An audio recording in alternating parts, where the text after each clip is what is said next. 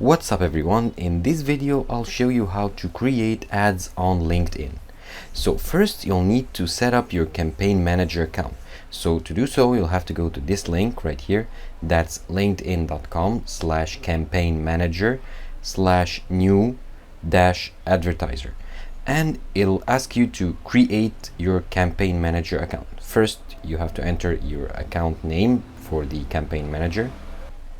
Then enter the URL for your LinkedIn page or create a new one.